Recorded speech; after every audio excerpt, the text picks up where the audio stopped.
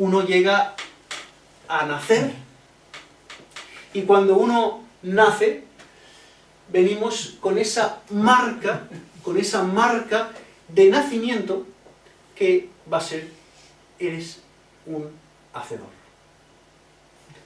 ¿Y por qué venimos con esa marca de nacimiento? Porque esa sed existencial que te va a hacer que busques, va a hacer que todo el tiempo, en toda la existencia, estés haciendo una, otra y otra cosa. Hay que resolver, hay que solucionar, hay que arreglar, hay que llegar a esa fuente que me colme la sed. Y eso va a ser haciendo, haciendo, haciendo. Esto es que desde que prácticamente nacemos, hacedor somos. No es algo que, digamos, se crea a posteriori. No, es que ya aparecemos con ese propósito, hacedor.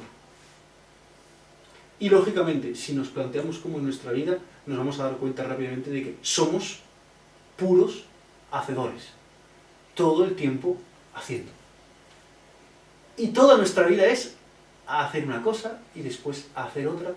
Y la fuente de cada acto, el fondo de cada acto, es la conciencia con su tatuaje que nos dice: tienes sed, ve y busca. Y es así como arranca la vida. Ahora vamos a ver cómo se desarrolla. Porque la parte fundamental la conocemos. Hay una conciencia, hay una estructura que empieza a desenvolverse, que le llamamos la vida, y en la vida aparecemos nosotros, que como veis somos el hacedor. Este sería el ideal. El ideal. Tenemos una conciencia, un yo soy, que es ser, yo soy, un yo soy que desde antes de nacer ya es, después de nacer en el año 0, día 1, es yo soy, es ser, del año 2 a los 3 años es ser, del 3 al 7 es ser, y así debe ser siempre. Desde el comienzo hasta el final es la ruta que debemos seguir, la de ser. Pero a la vez que somos, fijaros, se va creciendo, y a la vez que se crece hay algo que evoluciona, algo que madura. Esa parte que somos, que es la personalidad, va madurando en esa ruta normal que es la ruta de ser. Pero vamos a ver cómo esta ruta ideal no queda luego, finalmente, de esta forma dibujada. Esto sería el ideal.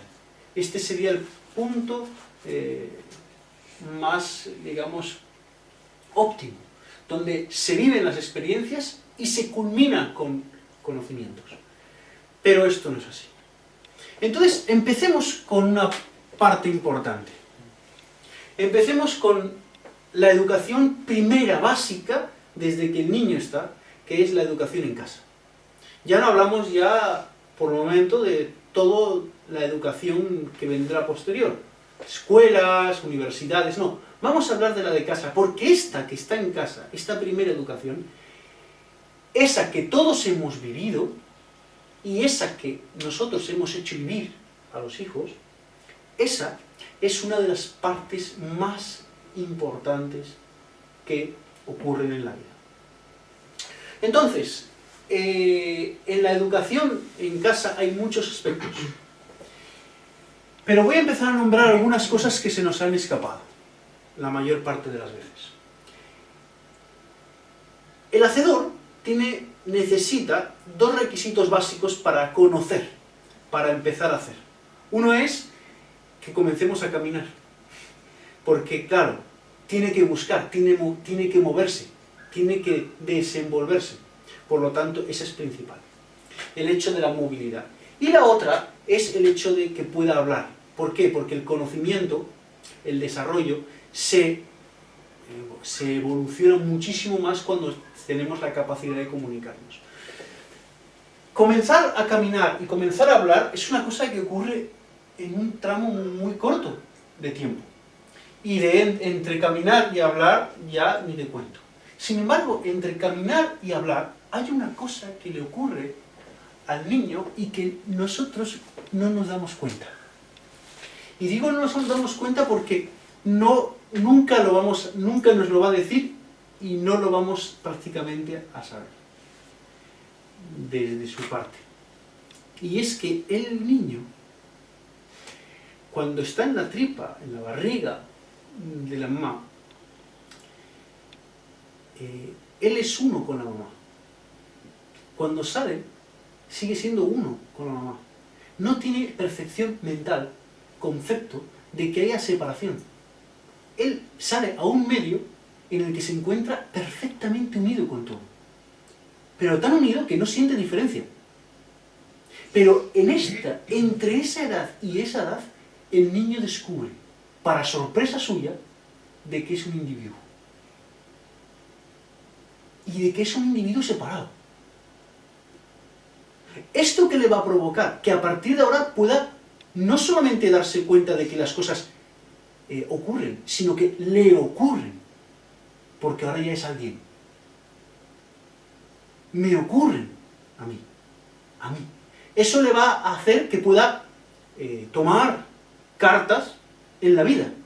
Porque hasta que no ocurre esto, el niño es uno con todo y lo que ocurre es lo que ocurre. Lo que pasa es lo que pasa.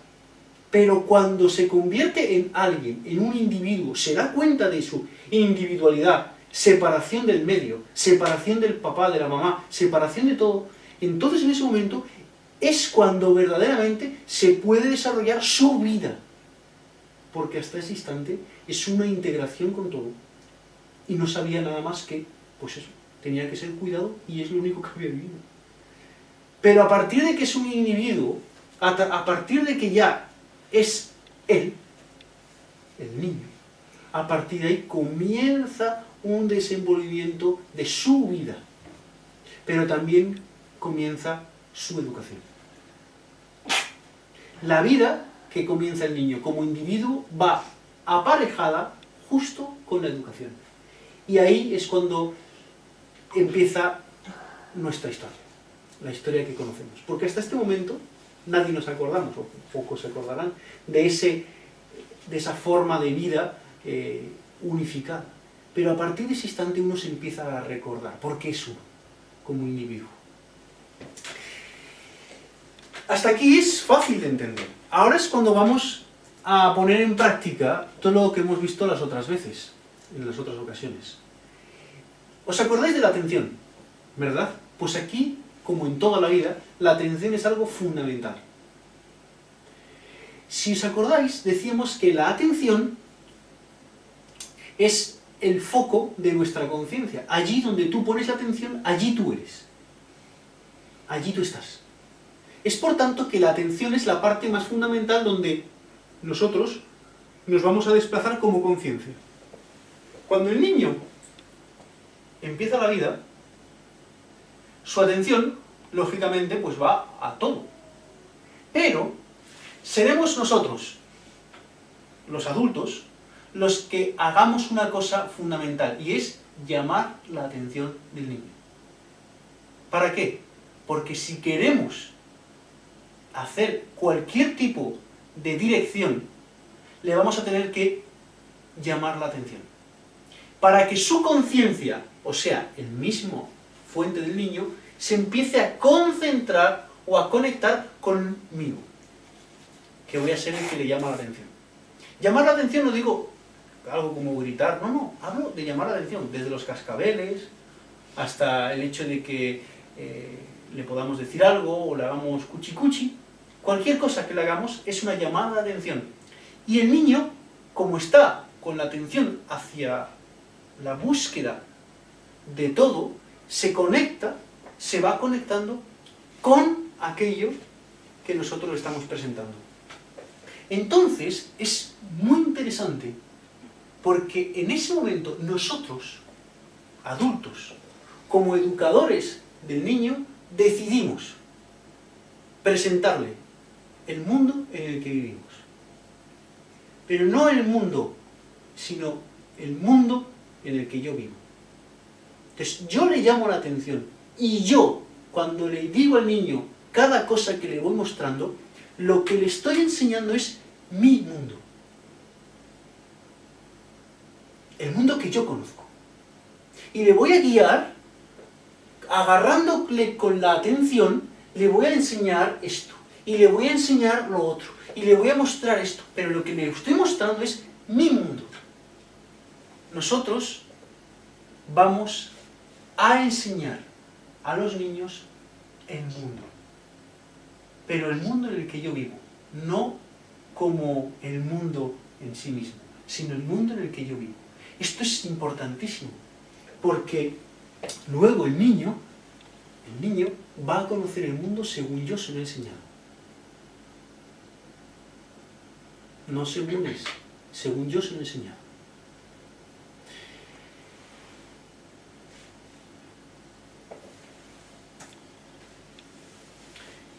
Comienza entonces las experiencias. Para un niño que arranca la vida, las experiencias pueden ser positivas o pueden ser negativas y no las siente como tal. Él no siente, un niño no siente que hay experiencias positivas o negativas. Puede sentir que hay desarrollo, que hay un paso adelante, o que hay un obstáculo. Pero no siente por ello que esto es bueno o esto es malo. De esto todavía el niño no tiene ni idea. Por ejemplo, si un niño pequeño empieza a andar y se cae, se da cuenta que su cometido es andar y se vuelve a poner en pie, de forma natural, pero no dice, esto no lo puedo hacer. No tiene el concepto de positivo o negativo y por lo tanto no tiene la limitación. Y por ese motivo, y solo por ese motivo, el niño es un conocedor nato.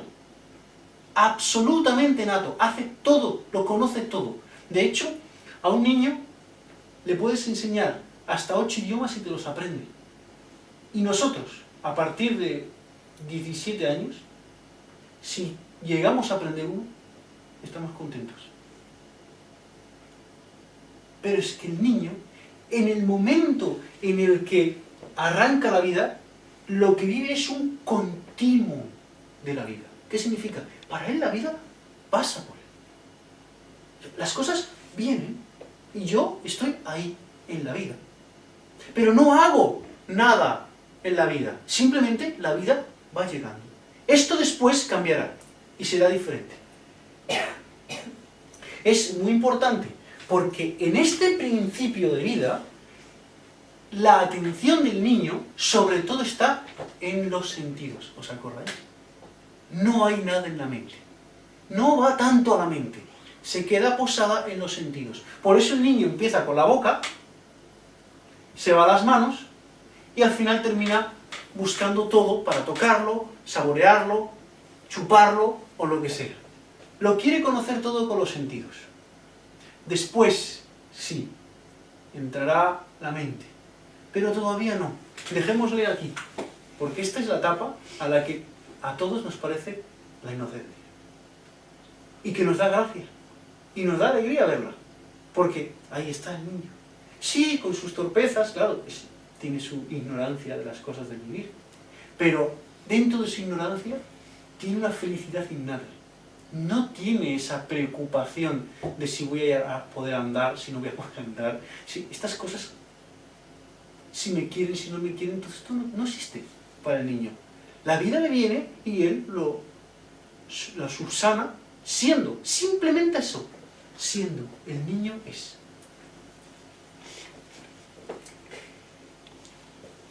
Pero aquí venimos nosotros. Nosotros, los adultos, los padres. Y queremos encauzar hacia los modales. Fijaros bien, hacia los modales. Los modales vienen de modelo. Le tenemos que implantar los modelos. Este mundo en el que nosotros vivimos, y digo nosotros todos, sabéis que está lleno de leyes, lleno de normas, lleno de indicaciones. Y claro, estas leyes, estas normas, estas indicaciones, es lo que hace que nosotros veamos el mundo así. Y es lo que nosotros tenemos que transmitir al niño. Eso es lo que creemos más útil para él. Entonces, empezamos enseñándole los modales. las cosas como creemos que tienen que ser, porque socialmente tenemos establecidas. Inmediatamente empezamos a enseñarle los modales. Pero el niño vive otro rollo. De verdad, vive otro rollo.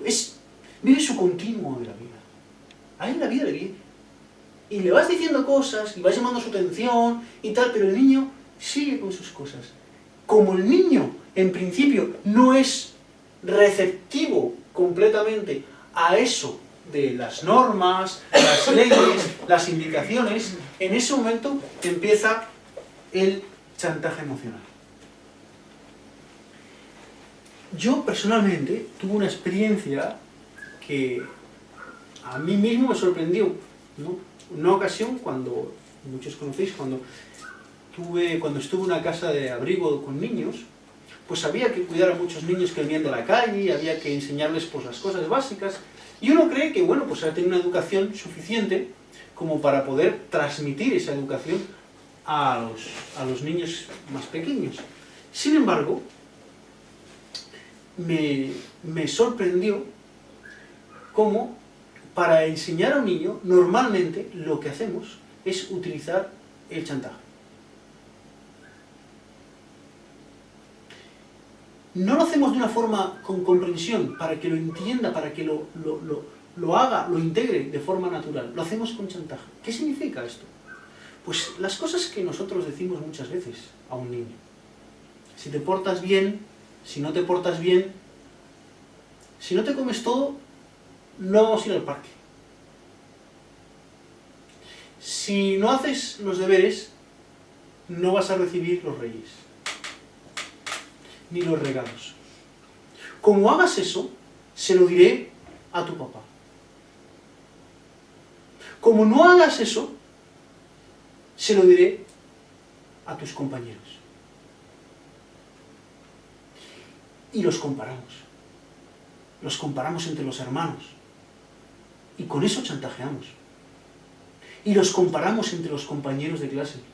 Y con eso le fallamos la integración del niño, que siente que le falta algo, y nosotros así les educamos. ¿Y sabéis por qué les educamos así? Porque es un método muy rápido. Lo otro es lento. Darle una comprensión, por qué lo tiene que hacer, porque esto es largo. Sin embargo, un chantaje, una indicación, y el niño ya... ¿Pero qué pasa?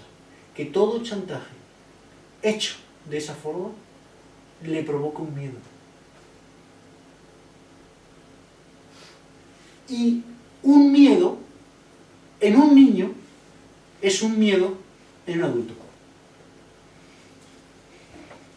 Y por ese motivo nosotros tenemos miedos integrados y facciones propias que nunca diríamos de dónde son, y son de un momento determinado, de un chantaje determinado que ocurrió en mi infancia. Por eso, este momento en el que el niño es tan vulnerable, que vive su continuum y que nosotros le estamos encauzando, redirigiendo, marcando los ideales, los modelos, en ese momento que intentamos llevarlo para allá, mucho cuidado. Porque sí, lo llevaremos a ser una persona socialmente adaptada, pero psicológicamente fraccionada. Y cargará su fraccionamiento psicológico toda la existencia. Y nosotros, como adultos, nunca nos quitaríamos, nunca diríamos que nosotros hemos hecho eso. Pero sí. Pero la verdad es que, como adultos, nadie nos ha enseñado a educar. Nos lo hemos encontrado. Y como nos lo hemos encontrado, hemos empezado a hacerlo. Como mejor creíamos. Como a nosotros nos ocurrió. Y los mismos chantajes que a mí me hicieron son los mismos chantajes que yo hago. Y por ese motivo, te das cuenta de que estamos en una herencia que va de padres de abuelos a padres, de padres a hijos y demás. Para que os deis cuenta que realmente esto de educar no es una cosa fácil, pero es que nosotros hemos estado ahí, todos hemos sido niños, todos hemos tenido padres y todos hemos vivido ahí, con nuestros padres, tutores, dirigiendo nuestra vida. Otra de las cosas fundamentales que ocurre en el niño es el hecho de que, así como nosotros le hemos marcado la atención, de tanto marcar la atención al niño, resulta que el niño se ha dado cuenta de que él puede llamar la atención también. Y el niño empieza a llamar la atención de los padres. Grita, llora, rompe, hará todo lo que sea. ¿Para qué? Para que le hagan caso. Para que le hagan caso. Y esto, cuando es que quiere llamar la atención del profesor cuando está en clase, ya se va a llamar competitividad. Porque un niño quiere mostrarle esto, el otro quiere mostrarle lo otro. Hay un solo profesor, hay muchos alumnos, hay unos padres y hermanos. Entre ellos se encuentran en la competitividad de llamar la atención de los padres. Esto que va a ocurrir en una edad pequeña va a seguir toda la existencia, y la huella principal de que nosotros tengamos esta competitividad unos con otros nace de esta búsqueda de llamar la atención. Y aquellos que han tenido que sufrir mucho llamando la atención serán aquellos insistentes, y aquellos que no han tenido mucho que sufrir serán personas en los que esperan que ya les tengan que hacer caso. Para que veáis que la atención es algo fundamental.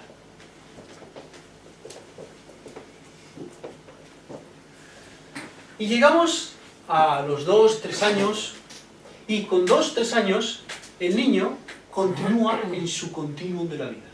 ¿Sí?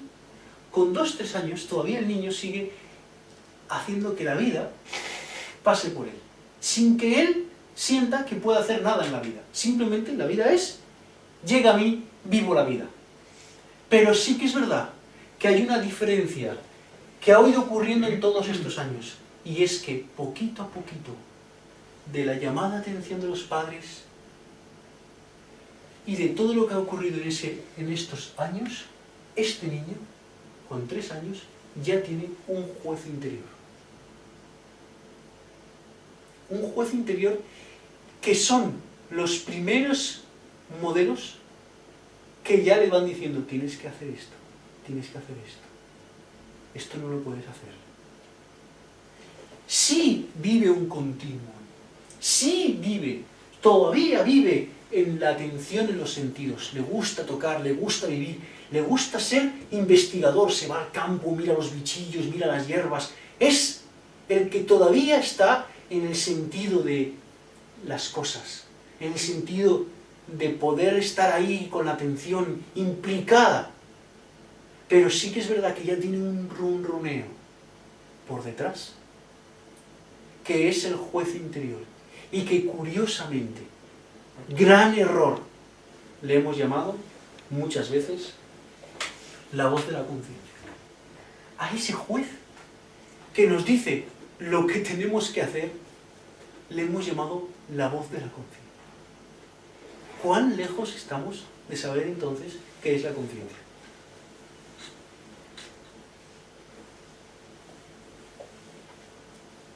Llegamos a un momento, aquí, en el que el niño vive una serie de situaciones en el que de repente hay una situación terrible que ocurre, algo difícil de superar, y en ese instante se gesta en el niño, de un minuto a otro, se gesta lo que va a ser el tronco de su personalidad. Algo va a pasar en el niño, algo como un estruendo que le va a condicionar a partir de ese instante toda la vida. Va a ser el tronco fundamental en el que ese niño crezca. Ese tronco es, a partir de una situación complicada, el juez interior le dice lo que tiene que hacer, no lo hace y se gesta una situación en la que se crea una afirmación interior, una afirmación profunda en el niño. Por ejemplo, por muchas cosas que hago, no llego a gustarles.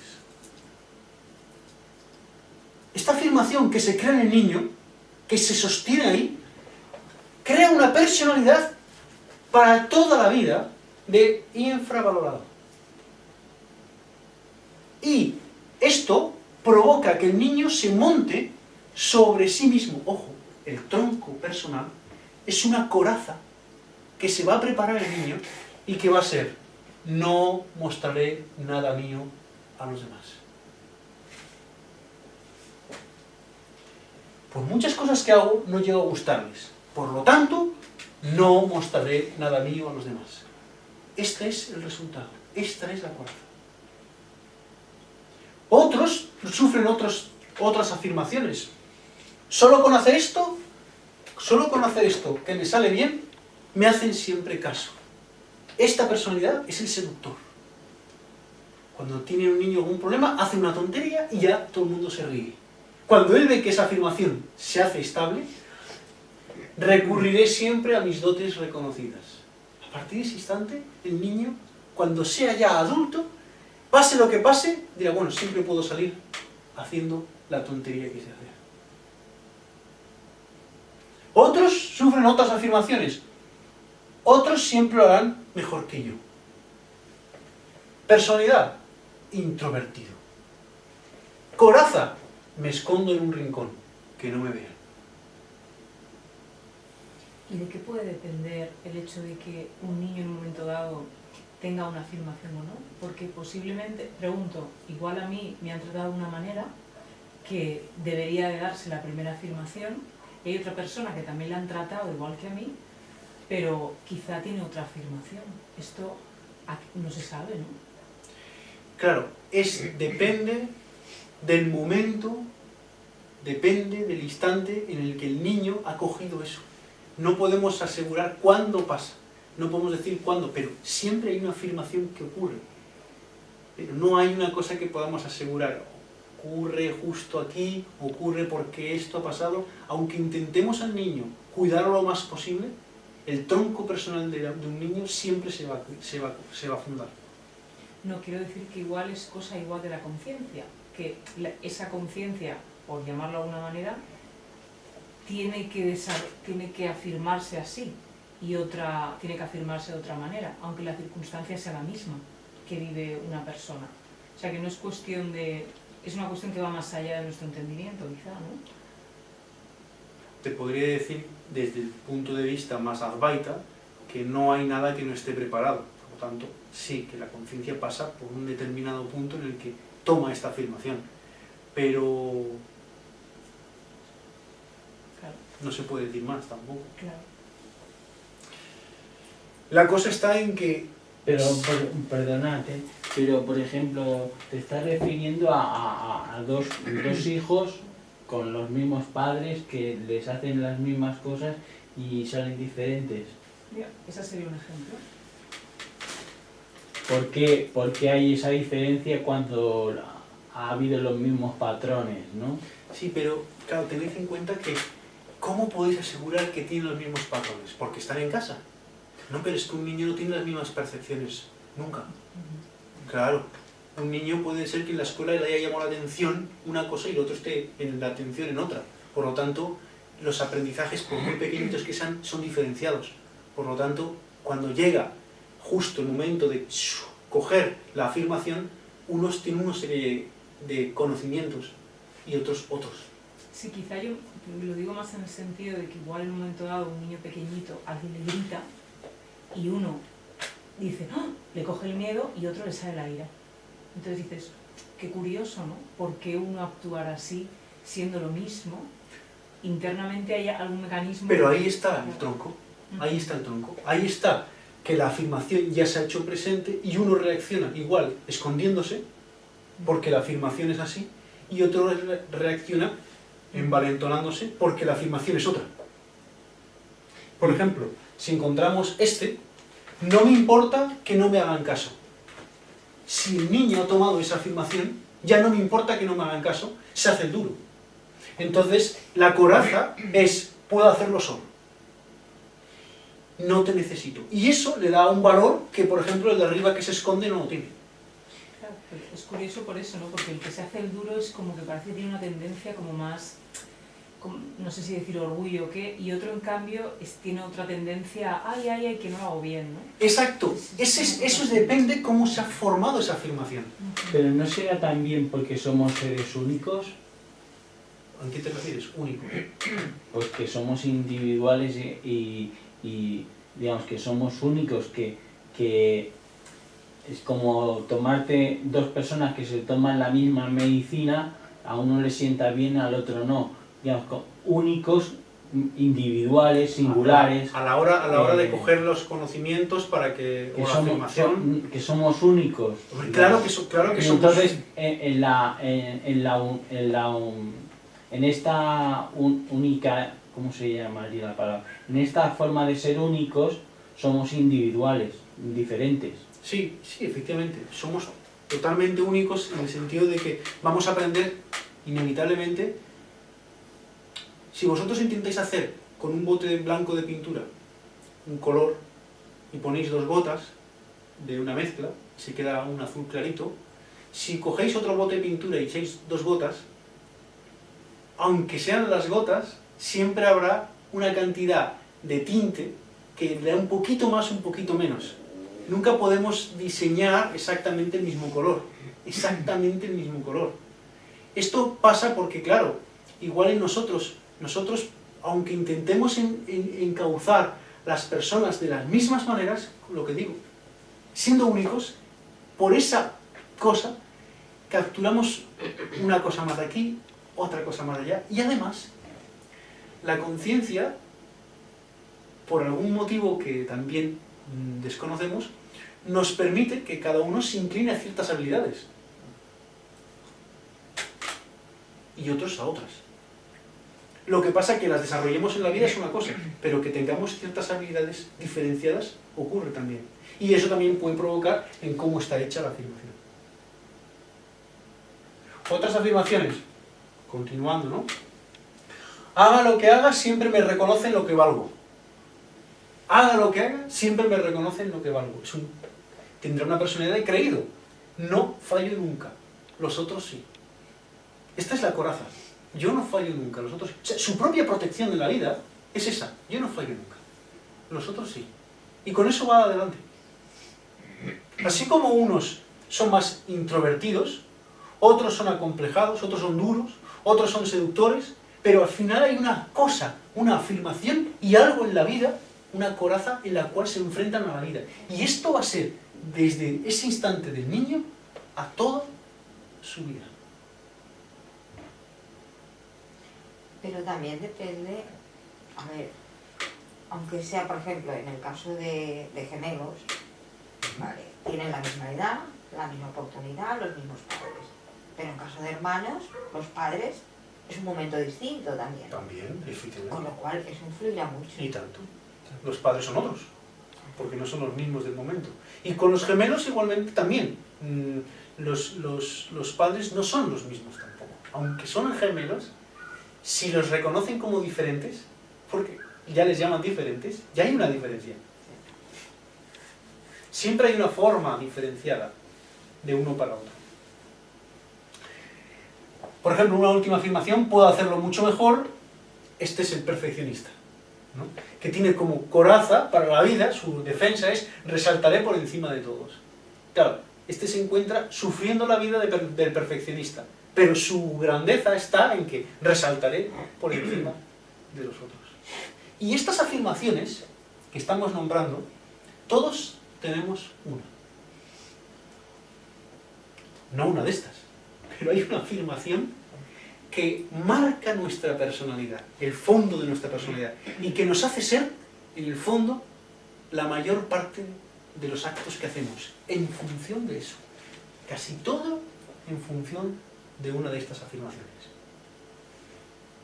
Por eso la psicología, la mayor parte desde Freud, se inclina constantemente a buscar qué es el fondo del niño, del infante, para descubrir cuál es el punto básico del que todo se origina.